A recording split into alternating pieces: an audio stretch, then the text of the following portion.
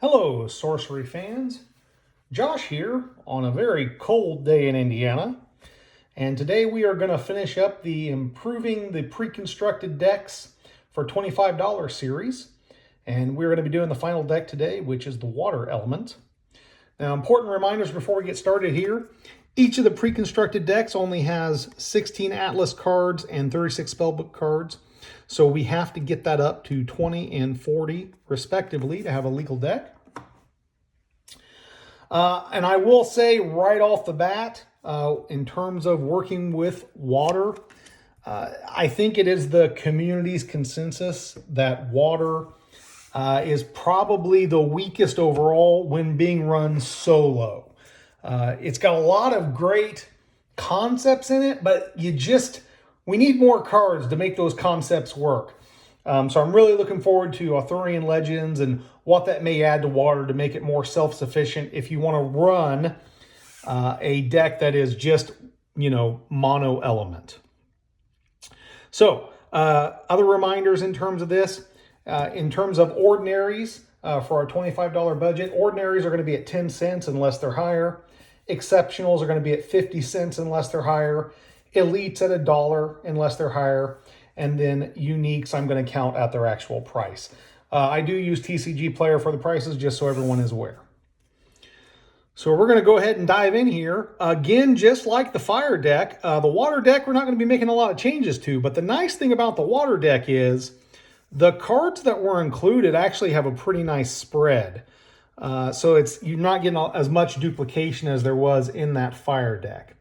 So we've got 3 autumn rivers, we've got 3 spring rivers, and 3 summer rivers. Then the deck has 3 undertows in it, which is really nice. It's got 2 floodplains. It has Maelstrom, which is awesome. And then it's got 1 island Leviathan. So right off the bat, we've got 16 solid cards for a mono water deck. This is probably pretty close to what you're gonna just, if you're just building something at random, this is gonna be pretty similar to what you'll probably have. The things that we are gonna add, we're gonna add another floodplain, so that's gonna cost us 50 cents of our $25 budget. We're gonna add 2 free cities because I am a huge fan of free city. So that's gonna put us at $1.50. And then finally, we're gonna add 1 more island Leviathan, putting us at $2.50. Now, the goal of this, what we're doing here, we want as many water sites as possible. We want to make our body of water as big as we can. So as you can see, the only thing in this that isn't a water site is Free City. So all of these sites will count for our body of water except for Free City. Okay, so that's what we want that deck to look like. And then we will go ahead and get on to the spell book. So we've only put $2.50 into the Atlas, so not spent too much at all. So in terms of the spell book, cards that we are going to remove.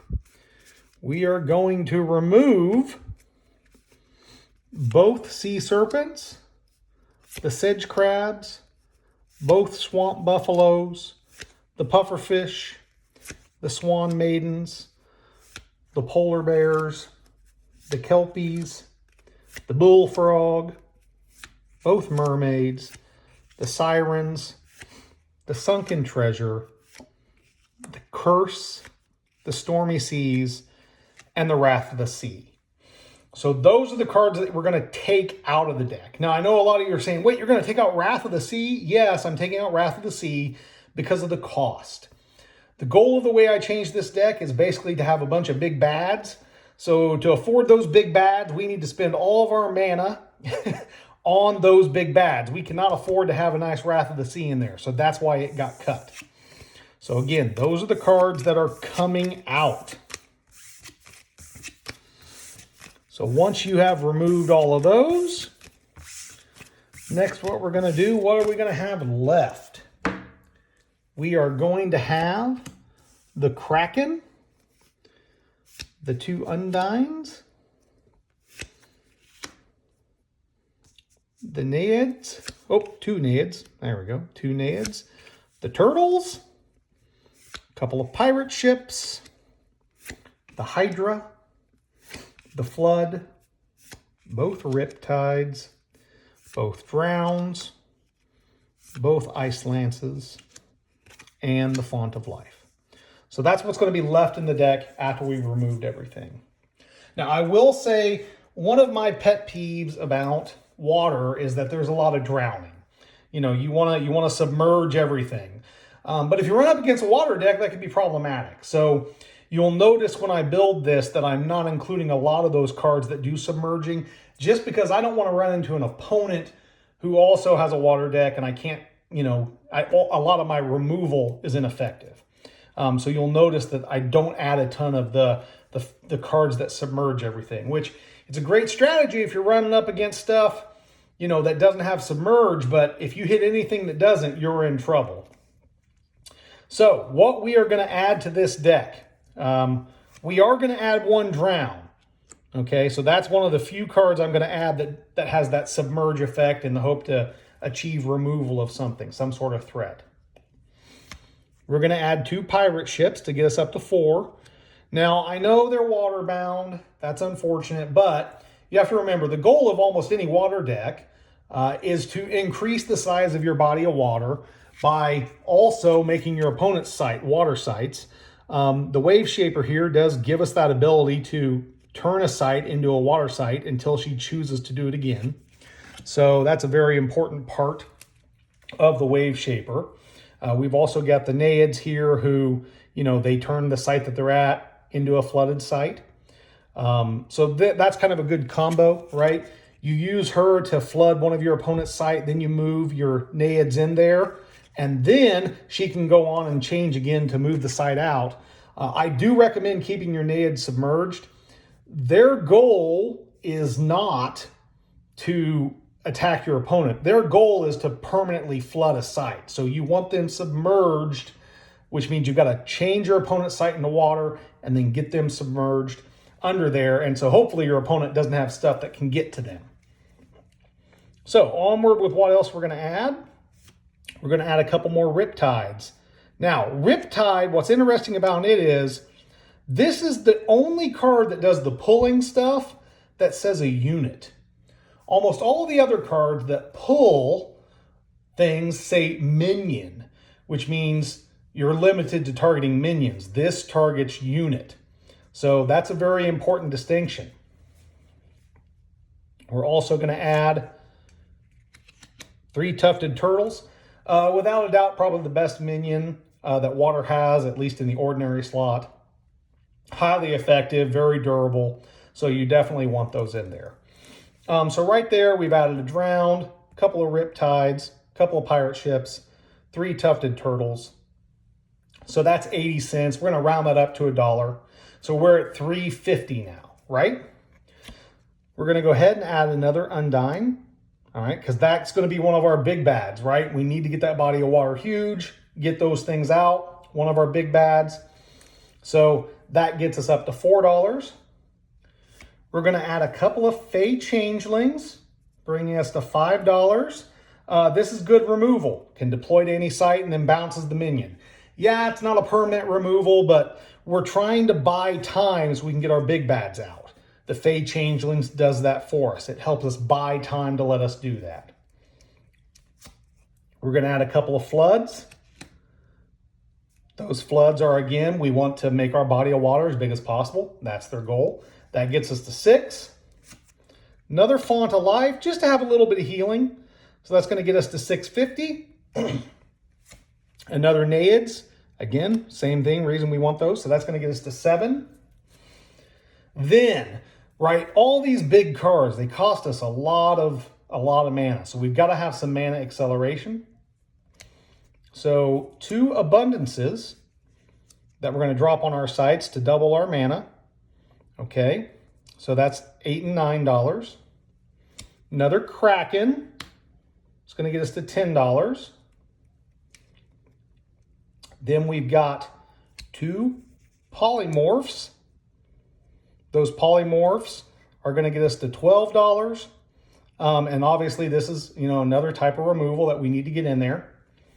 You're going to add another Hydra to get us to $13. So another big bad, nice big bad. And then the last $12, you're going to spend on Mix Aqua. You guys could all probably have predicted that, right? Best accelerant in the game, right? You can get one of these big bads out early, give your opponent something to have to worry about. On turn 3 or 4, it's like, oh, there's this big guy out there. So, that's why we get those Mix Aquas out there. So that is how I've built the deck. Basically, mana acceleration, and then get your big bads out there. There's also the whole thing with making your body of water big so that your Undines can be a big bad. So that's really where this is going. Your Tufted Turtles are, again, there to buy you time. Polymorph, the Changeling, buy you time, right? To get to turn 4 or 5 and you can start dropping these big boys into the game. Now, there are several cards I wanted to add to this deck that I could not. I'm sure you all can guess what some of them are. I don't have as many changes and recommendations to this. Again, because we're doing straight water, I really think right now water needs some help from another element. But try, if you want to try to run straight water and do it on a budget, I think this is the best way to do it. But if you want to spend a little bit more, other things I would definitely add. I would definitely put the self-same in there. I'd try to get 2 in there. These are $4 a piece, so that was out of our budget because that would have cost us $8. But right, these are awesome because they're only 4 mana, so you can target your Kraken once you get it out. You can target, an Undine, and you can target something else to get another big bad out on the table really cheaply and effectively. The other huge card that really you want to add is obviously the Great Old One. Now, right now, Great Old One's running about $9, $10. So that's why we couldn't include him.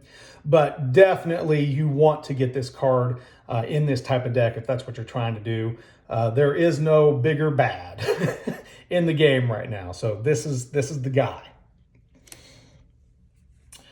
Next things, and normally I don't recommend these, but obviously because we need mana acceleration, that's what we need. We've got to get our big bads out. I'm going to recommend the 2 big cards. Obviously try to get the core. The core is going to cost you about $60.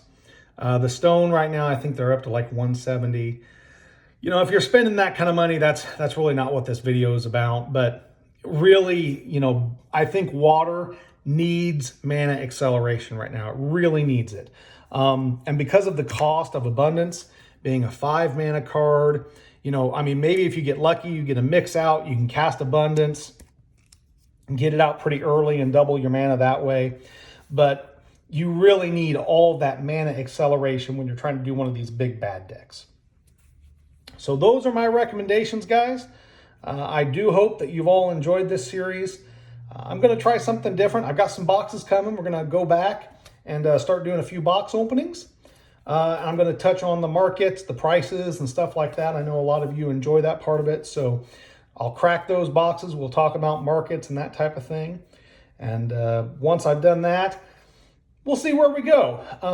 I think I may do some other type of videos similar to this about deck building. I've got an idea around one card in particular that I just want to kind of talk about and my method of deck building. So we'll see where we go with that. But again, we'll see you all later. I hope you enjoyed it all. And if you have any comments, please let me know.